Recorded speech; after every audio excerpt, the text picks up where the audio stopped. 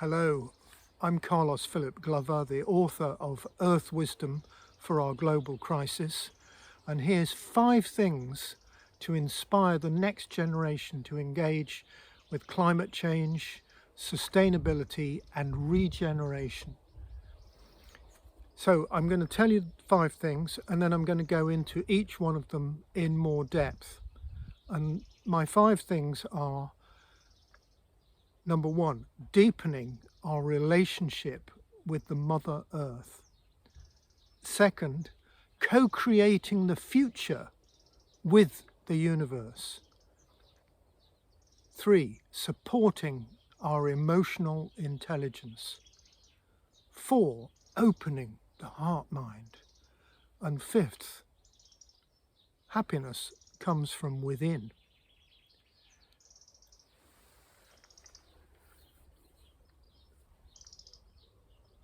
Number 1, deepening our relationship with the living earth.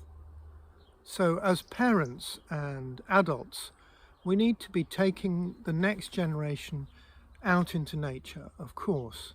Take them into the woods, show them the rivers, the sea, the mountains and so on, and help them to know the earth directly with a direct, heartfelt relationship that comes from being present in nature.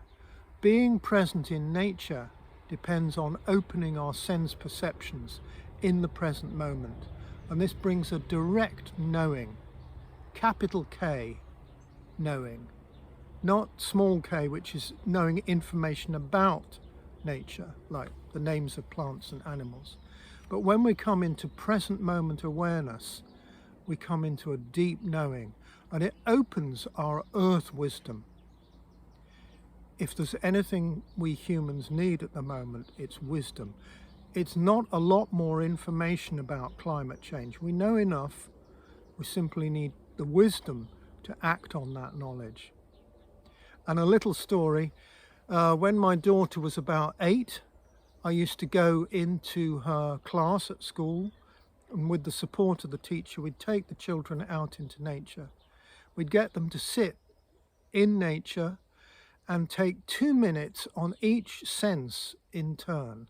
So 2 minutes just listening to all the sounds, and then 2 minutes tasting, 2 minutes touching, 2 minutes smelling, and 2 minutes of seeing, just seeing, not interpretation or thinking about it.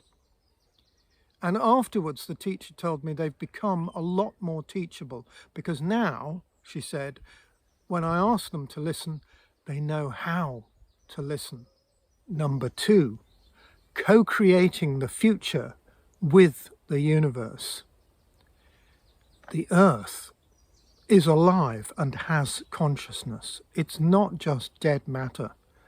Einstein said that as human beings we experience ourselves as separate from the universe, but that this is actually an optical illusion of consciousness. And we need to cultivate our sense of oneness with the universe, because we live in a vast field, a vast ocean, if you like, of alive, intelligent energy in which everything is connected with everything else, and everything is affecting everything else. So our thoughts, words and actions generate ripples that affect the future. Number 3, supporting our emotional intelligence. So the human nervous system is very sensitive. It can be easily impacted and we can take on trauma if we're not careful.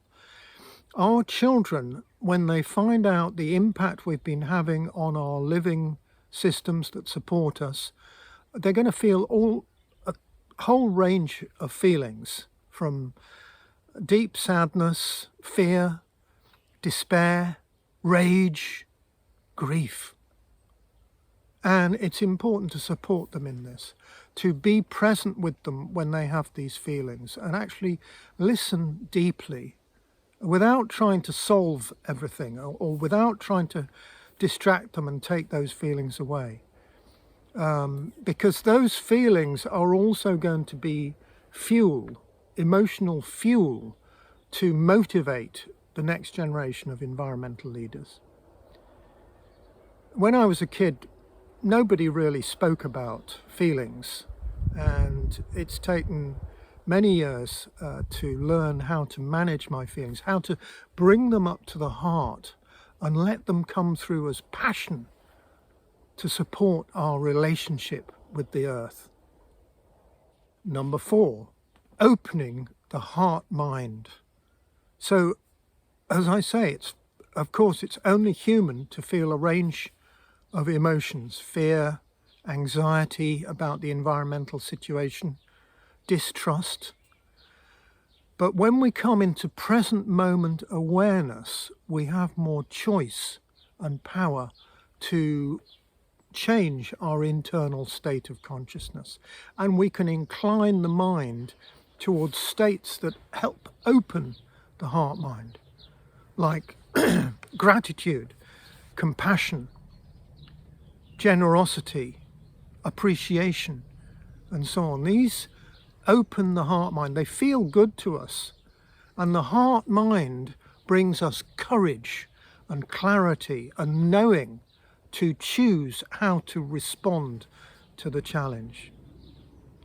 It's a tremendous power that we carry inside of us, this heart, the heart mind knowing.